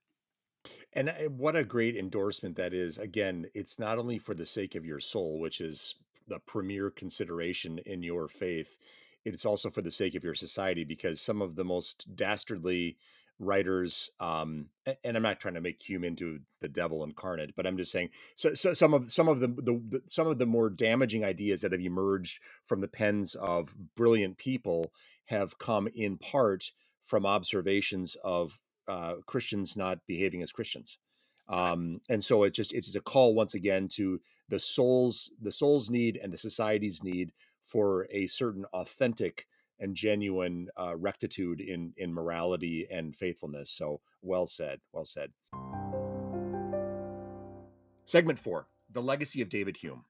As Aaron Alexander Zubia writes in The Political Thought of David Hume, quote, "The Humean worldview, like the liberal one in general, is one in which life lacks a higher principle, in which there is no final end for man, in which man lives without hope in the final victory of justice and righteousness, in which man, alone on the isolated blue planet, occupies a fatherless world. Hume's atheistic moral and political system rests on a vision of life without self denial, without humility, without repentance, and at least one account of Hume's deathbed attitude reveals without hope." Well, Aaron, you summed it up pretty soundly there. So I mean, reflect on that. How you're writing this book, and obviously you're steeped in political philosophy with all of your education and your background and your study and your teaching and so on. How is it to spend however much time it took you to write this book, several years or what have you? How is it to spend time researching and immersing yourself in the life and thought of David Hume, and to end where this paragraph ends in a place of there's a lot of desolation in what you said there. What was that like? Oh yeah, that's a that's a really good question. And reflecting on my many years writing this, as you mentioned, I know what it was like uh, for my wife when, after a hard day's work at teaching fifth and sixth grade, she'd come, we'd go to the gym, and then after the gym, I'd just be talking about David Hume all the time, and she'd be like, "Look, you were in the library reading, Hume and other people, and it was quiet, right? Just your thoughts in your head. And me, I had yelling and screaming students. I'm sorry, but can we not do this right now?" And that's what it was like for my wife. But for me, I mean, I'm passionate about, well, truth, and also, the moral imagination. Mm, Jesus' Sermon on the Mount has had a big impact on me. It was designed to shape the moral imagination, right? To im- to bring people, to shape people's minds, and to bring them into a sort of moral and spiritual universe that was nourishing, and that would lead them to righteousness, and ultimately, to perfection. I mean, be perfect like your heavenly Father is perfect, is what mm, Jesus says. mm. And of course, that requires tremendous grace, obviously.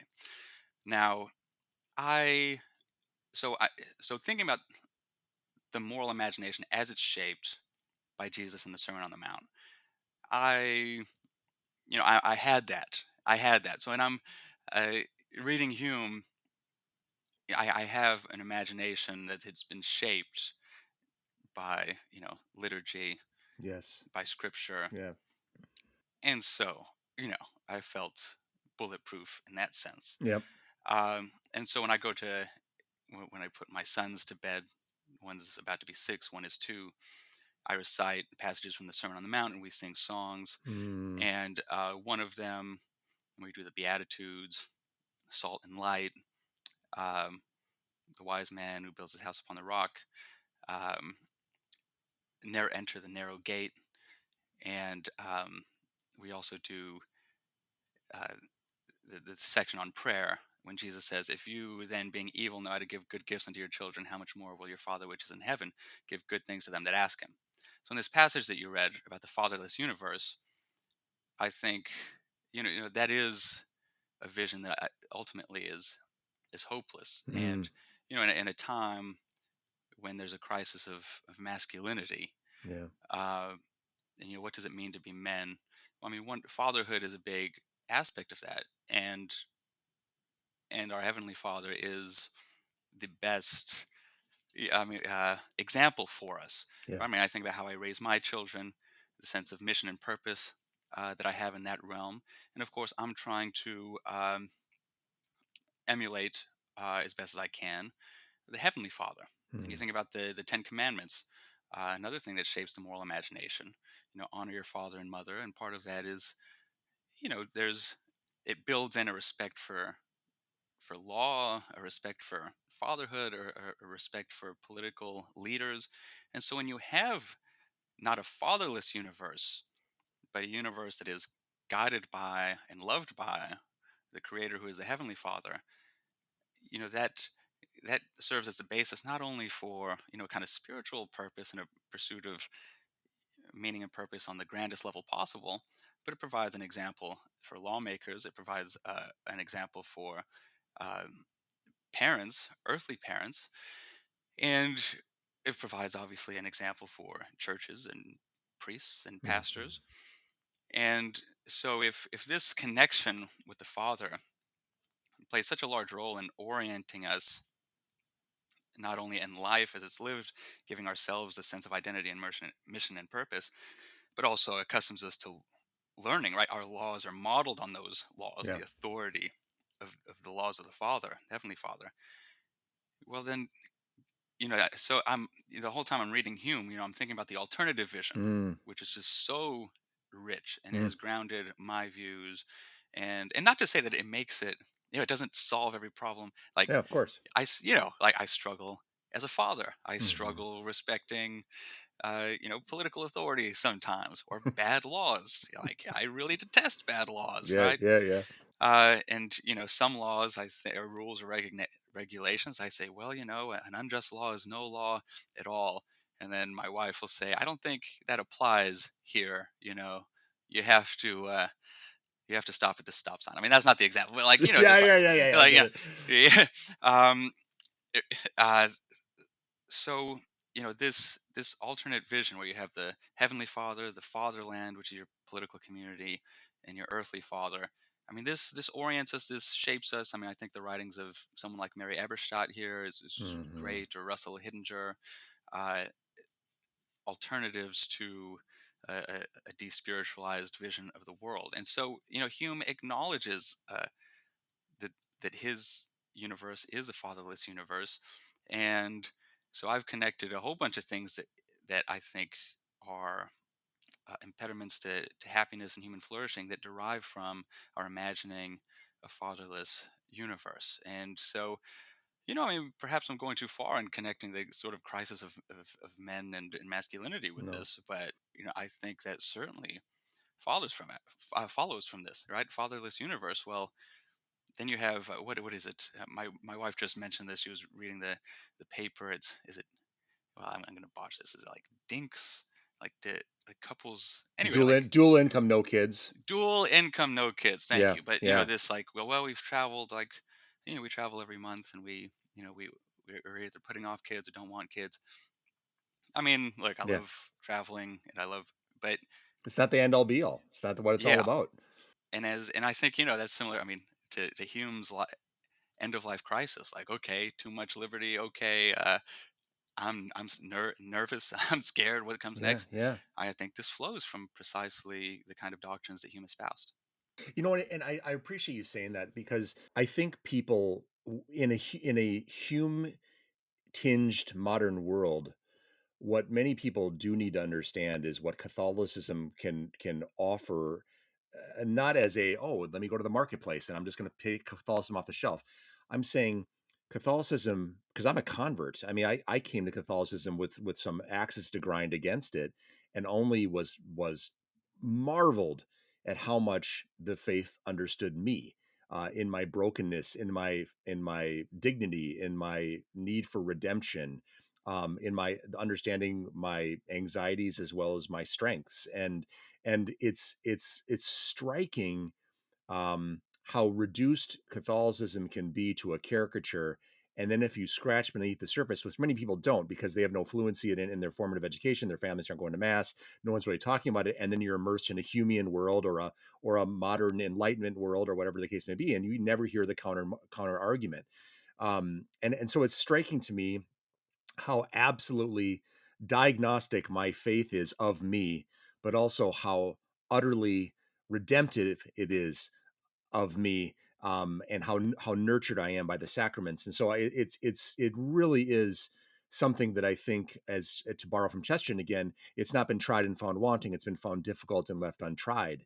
And Yeah, so I'd really say to, as a plug for Catholicism out there, when you're dismayed by what the Humes of the world can offer, um, actually be fair and ultimately, as again Chesterton would say, become fond of what the Catholic Church has to offer. One thing I want to say also is, again, I'm not trying to. This is not a Chesterton seminar, but he's got so much good stuff.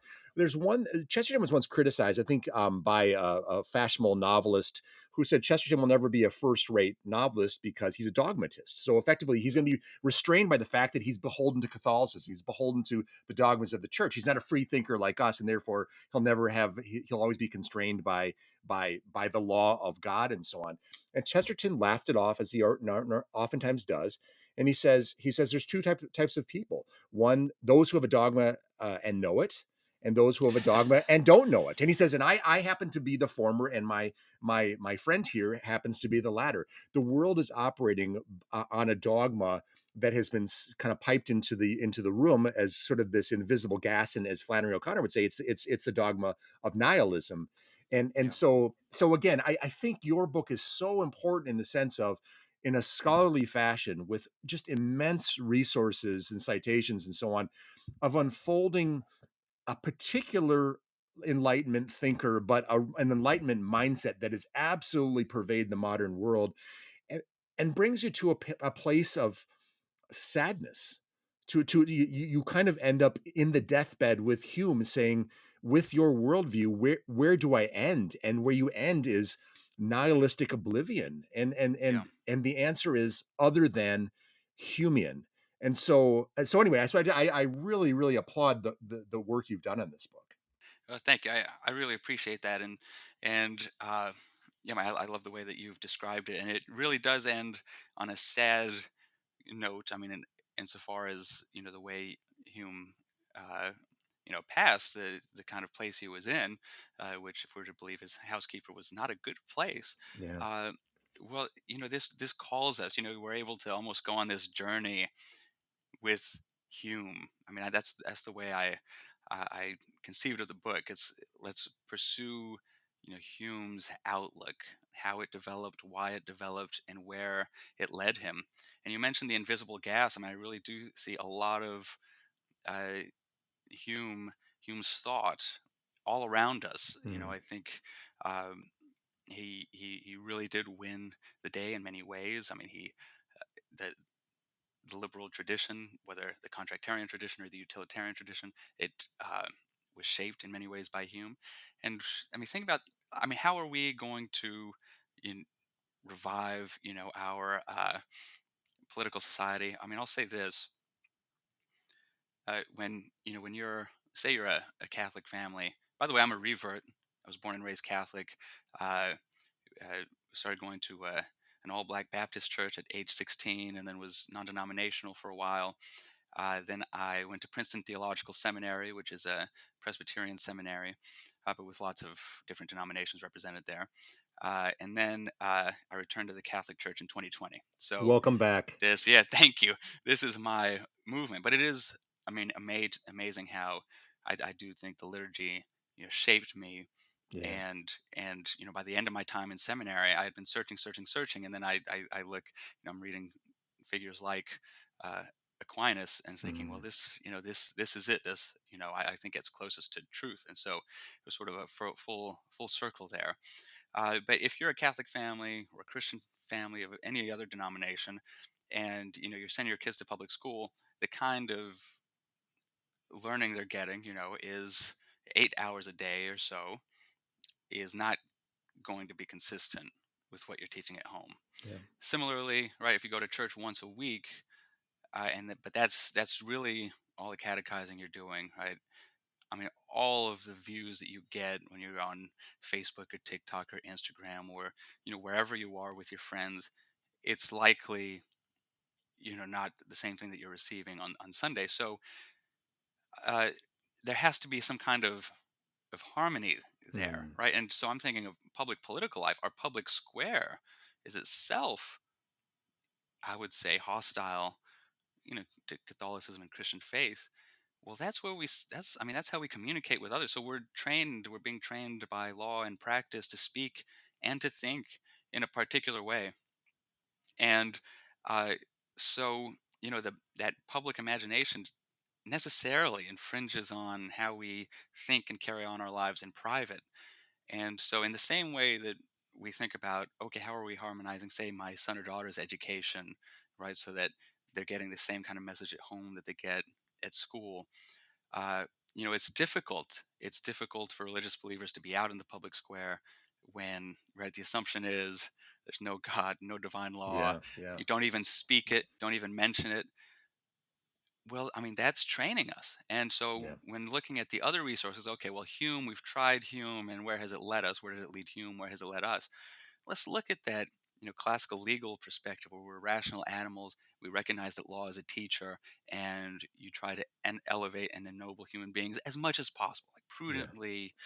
We can't, you know, le- uh, legislate every virtue. We certainly can't and shouldn't even try, but we can work on it and recognize that the law is a teacher. We can also look at the salvific history of creation, fall, and redemption, mm, and use that to enliven our speech and our thoughts.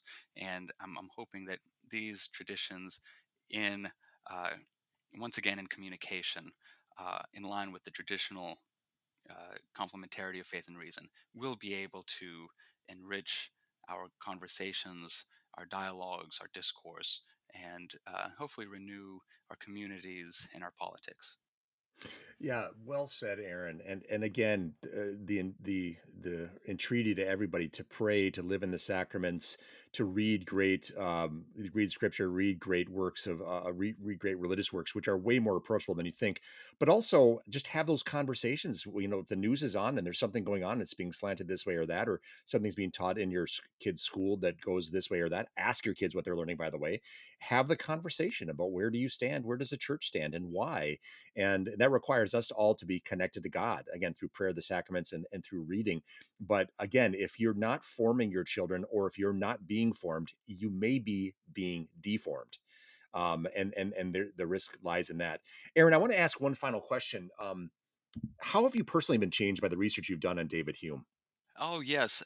Excellent. I mean, Hume, he's a great writer. And I write this in the acknowledgments. I mean, my father he just always loved and appreciated the eloquence of some of these Enlightenment thinkers, I mean, Rousseau or Voltaire or Hume. I mean, not necessarily agreeing with their views, but just, being in awe of their learning and their eloquence. And Hume is extremely eloquent. He is extremely learned. And so, wrestling with Hume, I've wrestled with big ideas, and I think I've learned to understand the other side better. You're right. I mean, when I've been challenged, I mean, all my life I've wanted to understand, the opposing viewpoint better. I went to a left leaning seminary. I went to pretty liberal graduate school. I want to know what the other side thinks. And it's easy to try to just, I mean, as you say, like just attack and attack and attack. And sometimes I felt like doing that with Hume, would just Mm, frustrate me.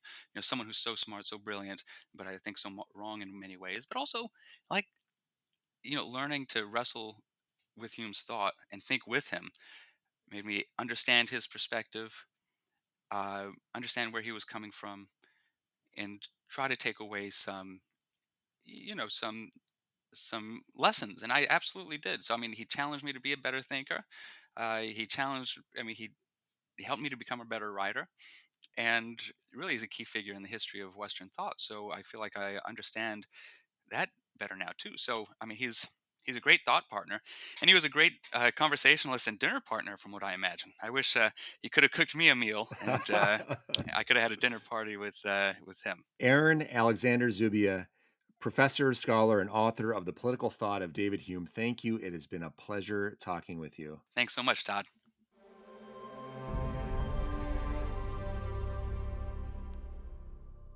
So I've been thinking. I always find it curious when certain august thinkers deride faith. Somehow, finding themselves ensconced in their endowed chairs of their ivory towers, they seem to believe that all of life is scientific, empirical, and evidence based.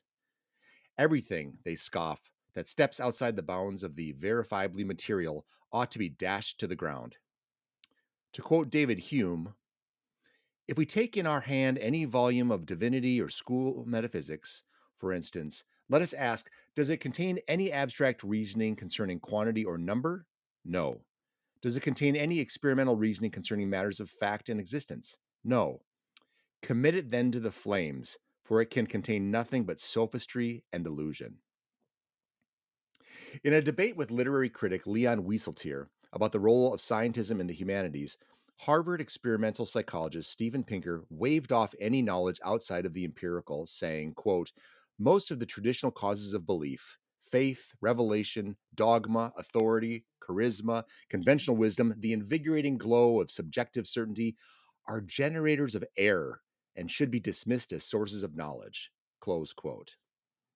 Bah! We know this is not the way our lives work or the way the world works. In my practice of medicine, for instance, the number of decisions I make daily that are based on gold standard, randomized, double blind, placebo controlled trials with hard endpoints is very small. It's not that I don't like these trials or believe in them. Rather, it is that there simply aren't enough of them to inform the hundreds of decisions I need to make every day. I am left with an amalgam of less optimal trials like observational, meta analyses, retrospective studies, as well as guidelines, consensus statements, anecdotal evidence, experience, common sense, even a gut feel. So, what's my point? Most everything we do relies on a form of faith, a belief in something we cannot infallibly prove. And I'm not even talking about religious faith. Upon following the evidence back to its origins, even the most hard-bitten scientists who declared that they, quote, believe only in science and only trust the evidence, close quote, will recognize that the original platform upon which science stands is a rich foundation of assumptions. Oh, these assumptions are good for the most part, but some have been bad and warranted an appropriate change in course.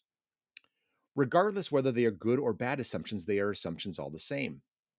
Certain first principles in science are granted because they are unprovable by the worthy though limited tool that is a scientific method. Science had to start somewhere, and that somewhere often is and remains the imperfect realm of hypothesis and theory, not unimpeachable fact and certainty. Heavens, you may exclaim, does this mean that faith, a belief in something that is not infallibly provable, has a place in science and philosophy? Yes, yes, 1,000 times yes. In his book, The Political Thought of David Hume, Aaron Alexander Zubia showed how Hume found himself in a depressive, despondent dead end when he was unable to give a rational assent to belief in the existence of himself or the world around him. Hume went to the roots of philosophy and found no imperishable fact, but only provisional assumptions. It was a dead end, a philosophical cul-de-sac. What pulled him out of his crisis was a new appreciation for the wisdom found in experience, natural instinct, custom, and habit, none of which are fully reasonable, infallibly scientific, or free of faith-filled assumptions. Hume walked away from the perfect and pristine palace of glittering fact and into the airy fields of reasonable assumptions. Now, to Catholics, that's okay. In the Catholic sensibility, there is room for fide et ratio, faith and reason. There is space for wonder and certainty. But it would seem for the materialist scientist or the atheist philosopher that this untidy reality would require a rather deft and inconspicuous sweep under the rug. For those who would persist in railing against the faith that is inextricably intertwined with science and reason, Chesterton would write, quote, that unmistakable mood or note that I hear from the insane asylum, I hear also from half the chairs of science and seats of learning today. And most of the mad doctors are mad doctors in more senses than one. They all have exactly that combination we have noted, the combination of an expansive and exhaustive reason with a contracted common sense, close quote. Reason is indispensable, but to be truly reasonable, you must have your share of faith. And one last thing. To be sure, read Aaron Alexander Zubia's marvelous work, The Political Thought of David Hume. It is an extraordinary exploration of both the brilliant and mad ideas of an influential thinker. But also, I advise you to read Richard Weaver's seminal work, Ideas Have Consequences, which explores the blowback that comes from bad ideas getting very good press. Thank you once again for joining me on the Evangelization Culture Podcast. I'm Todd Warner. Until we meet again, keep bringing Christ to a hungry culture.